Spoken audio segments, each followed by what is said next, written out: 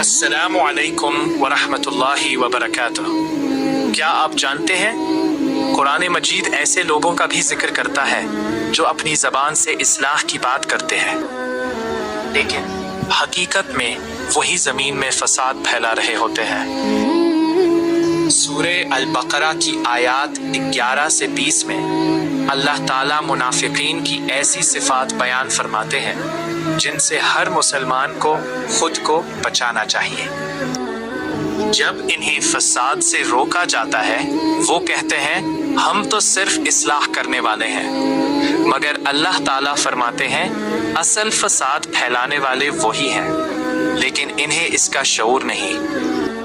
वो ईमान वालों का मजाक उड़ाते हैं और दोहरा किरदार इख्तियार करते हैं, लोगों के सामने कुछ और तन्हाई में कुछ और। अल्लाह ताला इनकी मिसाल ऐसे शख्स से देते हैं जिसकी रोशनी अचानक बुझ जाए और वो अंधेरों में भटकता रह जाए।